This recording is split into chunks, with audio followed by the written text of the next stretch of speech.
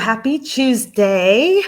I am here with my girl friend, Heather, who I got to meet in the flesh this weekend. We had such an amazing time at our JP Live conference. It was amazing. And listen, Heather is like such a resource for me and so many others because she's a dietitian, guys. And guess where we're heading?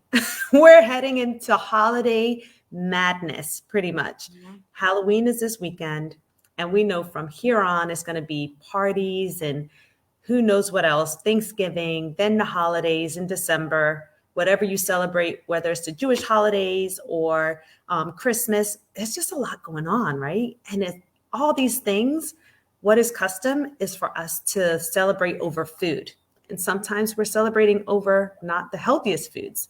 So I thought it would be just perfect for Heather to share with us some of her tips. So I had a couple of questions for her on how we can do better this holiday season and maybe avoid some of the things that typically happen over the holidays. Hey, Tammy, I see you on here. Thanks for joining us. So my first question to Heather, first of all, thank you, Heather, for joining. Oh, I'm so glad to. So fun to get to do this with you. Yes, I love doing our monthly talks. They're always so good. And you always leave us with so many nuggets. So my first question for you was, between Halloween and Christmas and all those holidays, we know that so many kids and even adults are getting sick, right? Why do you think that is? Why do you think so many more people are getting sick over the holiday season? Well, first of all, I think people almost expect it. So they're just accept that that's how it's going to be. I'm going to get the flu, whatever. It's that time of year where we get sick, and we don't have to accept that. We can change that. And our diet is how we can do that. Sugar is something that I think really enters into our diet a lot in general, but between Halloween and Christmas, there's so many celebrations, all the Halloween candy, getting ready for all the baking that occurs with Thanksgiving, having family in town, and then, of course, all of the holiday parties that occur Christmas into New Year's. And so I think that we consume a lot more sugar, or maybe a lot more social. There's a lot more in the house that isn't normally, something that we have around, the candy, the sweets, the baked goods. And when it's in front of us, we're a little more tempted. And so I really think that is a big part of it. We know that sugar is going to decrease, the ability for our immune system to do its good job. There's a lot of negative effects of sugar. It contributes to heart disease, weight gain. It can lead to more anxiety and depression, more issues with your skin. And the more sugar we eat, the more we crave. And so I think we tend to get in a little bit of a cycle, and that's why we see so much more sickness and just not having the same energy level around this time of year. Oh my goodness. You touched on so many good points. And for me, it's even harder because guess what? My husband's birthday is on Halloween. Oh. My daughter's birthday is in November and my son's birthday is in December. So it's between birthdays and holidays. It is nonstop. But you're right. And I love, so Sakura has joined us here, and Maritza. So Maritza is a mental health. She's a doctor of mental health, and she was saying that so true, saying that kids get sick because of daycares is really our healthy immune systems and proper nutrition that help us stay healthy. So yes. Oh, Maritza's laughing because she's like, yeah, her family has all their birthdays in between this time, which is like the craziest time of year, right? So add to the holidays and the celebrations, right? Exactly. It's insane. I probably eat way too much cake during this time of year, so I am guilty. But everything in moderation, pretty much. Mm-hmm. So my next question is, what are some things people can do to modify during this season? I know you have some tips and tricks that you can share with us.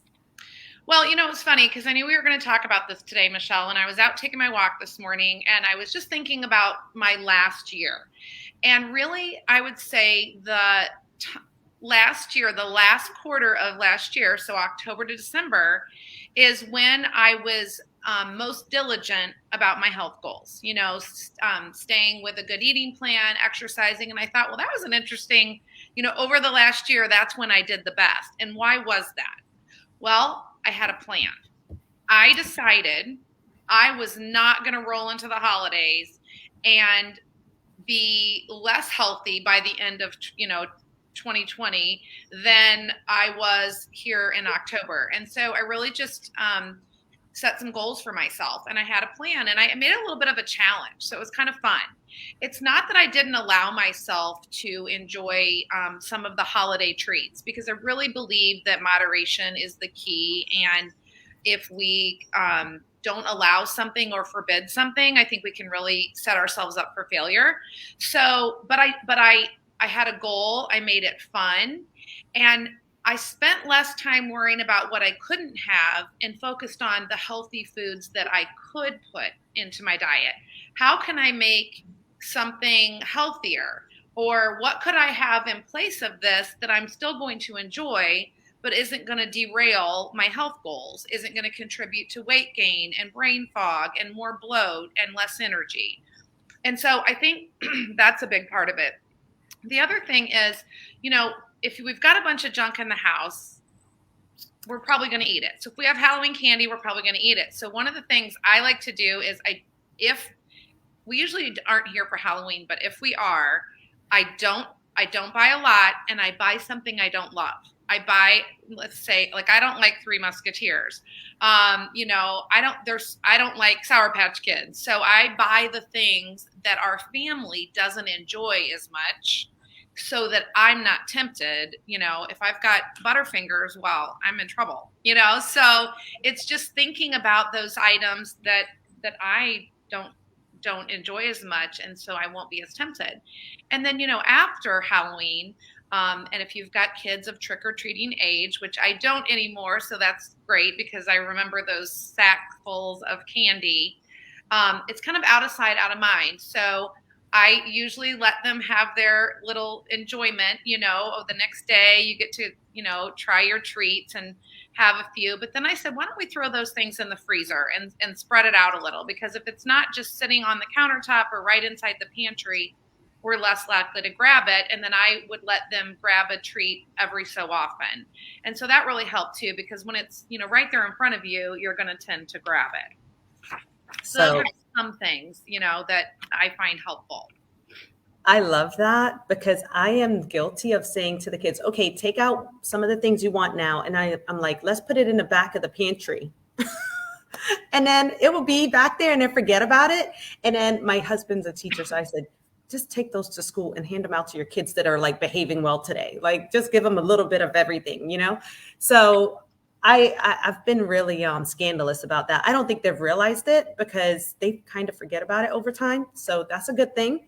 Yeah. I love what Maritza is saying. Tammy, that's right. I do not like Halloween, but Maritza is saying she's the house with the glow sticks. That's a good like giveaway, glow sticks. Pretzels, oranges, bottled water, stickers, and Rice Krispie treats. Love it. I love that. That's such a good idea. I'm going to implement some of those this year. But the weird thing is we're usually not home because it's his birthday. So we're either out with the kids or out for his birthday. So it's like, oh, I just leave something at the front. And, you know, I don't know how that works. I'm sure someone just dumps the whole thing in their bag. I don't know. But yes, I love those ideas. Okay. So Heather, I love that we are partnered with a company that has like some of the best kept secrets when it comes to treats. Like I know we both use the complete shake, and I have made some of the most delicious and tasted some of the most delicious treats made with the complete protein powder. My kids love it whenever I make the balls or the bars. Do you make those too?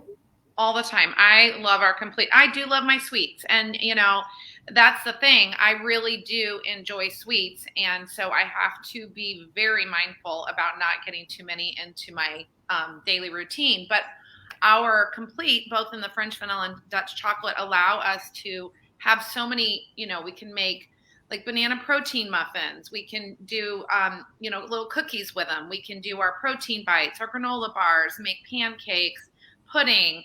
I just, yesterday had some of the chocolate complete with a little bit of almond milk, and I put raspberries on top, and it was absolutely delicious. You can make ice cream out of it.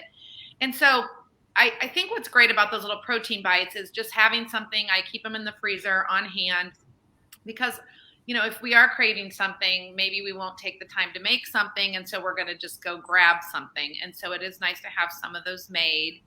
And, it doesn't mean you can eat 10 of them. There's still calories in them. There's still some sugar. Yes, it's better forms of sugar, but you at least have an option rather than grabbing a candy bar. And, there are in a teaspoon of sugar, there are 4 grams. Okay. And the kids are supposed to stick to between 12 and 25 grams of added sugar a day, and adults 25 to 35 or less. I'm not saying reach that goal. I'm saying stay under that. Yeah. And when you think about that, for every teaspoon, there's 4 grams, that adds up quick. And sugar is hidden in a lot of places: sauces, ketchup, pasta sauce, our cereals, and so our yogurts. And so we really, when we start to look at labels and we think, oh my gosh, how many teaspoons of sugar are in some of these items that we're eating, it almost makes you feel a little bit sick. So it's a good idea to start looking at labels and thinking about, maybe seeing what you can do to limit your sugar. Wow, that is so true, because even with like the kids' behavior, you notice how it changes when there's too much sugar. And you're right. One thing I've learned from our community is when you read labels, you will be shocked at like the amount of sugar that is in things that you wouldn't even expect, like tomato sauce. Really? Why would they need sugar in tomato sauce? I guess to offset some of that acidic, but at times it's just too much. So I love those ideas. I see a couple of people are mentioning the fruit and veggie gummy sample packs. I love those too. And the berry ones, like the berries are my favorite. I was eating them all this weekend, but those are a delicious treat. Like you could put that in someone's Halloween bag. They wouldn't even know the difference. Yes, I know a lot of people that do that. Yeah. Yeah. So we definitely have some really good hacks for people to use if they wanted to. But I just say, I wanted to thank Heather for taking the time to share with us some ways that we can make this Halloween healthier. And just keep in mind, guys, we're going into the holiday season, and I know I usually ramp up some of the things that we do as a community to help us stay healthy. So like next month, we will start the December detox, where it is a cocktail that we do together. And that's a way to just detox the liver and kidneys in the midst of the holidays and to kind of get us on track and be accountable. And that's the beauty of what we do. We get to be in community together and do these things together. So you're never really alone. So I know Heather does a lot of times like a salad and smoothie challenge. We have the shred program. There's all kind of things. And our motto really isn't restricting. We just want you to get more of the good things, right? More of the good things in your body.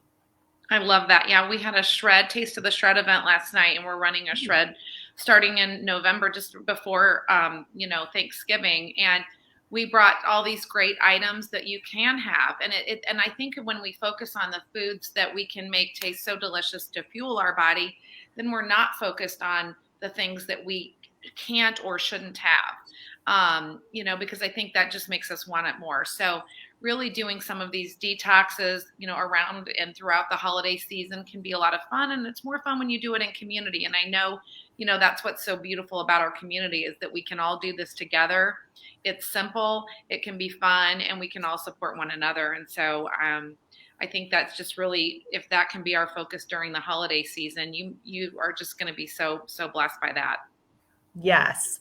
So if you guys have any questions, or if you want to connect with our community, reach out to either Heather or me, depending on who you know here. And we'll be happy to have you join us. There's, nothing to lose, but everything to gain. And our mission is really to just help inspire healthy living, right? So, hey, Gwen, I love all the people that are on here. I've never felt better in my life. Gwen is my buddy. She has multiple sclerosis. You would never know. She lives with so much vitality. She's amazing. She has an she has a couple of autoimmune disorders, but she's just living her best life. Trust me, because she's just been connected with this community and implementing so many things, and she's amazing. So awesome. Thank you guys for all the feedback. I love all the tips in the comments. If you're watching this, read the comments. There's some good stuff in here. Reach out to either me or Heather. Thank you, Heather. It was so good to hug you this weekend. It was my pleasure. My pleasure. I love getting to meet you and see you. And this is always so fun. So wishing everyone an awesome holiday season. And like Michelle said, just reach out and join us. It's more fun when we link arms. Exactly. All right, guys. Bye.